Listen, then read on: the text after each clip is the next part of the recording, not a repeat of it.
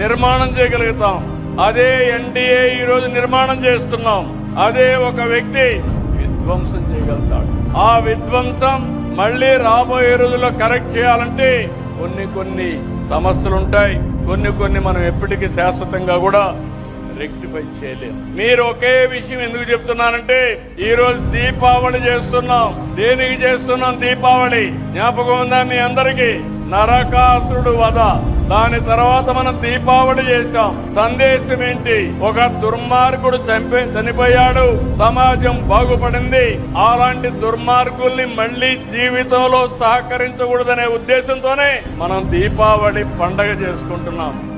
ఇక్కడ మీరందరూ గుర్తుపెట్టుకోవాలి, అవతలున్న పార్టీ, ఆ పార్టీని ఏమనాలో నాకు తెలియదు, కోడికత్తి పార్టీ, గొడ్డలి, వైసీపీ కాదు గొడ్డలి పార్టీ, మా తమ్ముడు చెప్తున్నారు. కానీ మీరందరూ ఒకటి గుర్తుపెట్టుకోవాల్సిన అవసరం ఉంది.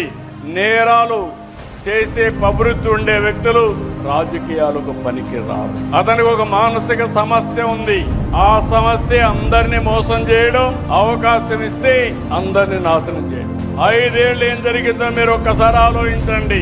తొలి రోజు కలెక్టర్స్ కాన్ఫరెన్స్ పెట్టి ప్రజా వేదిక కడితే అక్కడనే అధికార యంత్రాంగానికి చెప్పి ప్రొక్లైన్స్ పెట్టి ఆ వేదికను కూల్చేశారు. అంటే ఆ వేదిక కట్టడానికి 2 ఏళ్లు 1 సంవత్సరం పడుతుంది, కూల్చడానికి గంటే.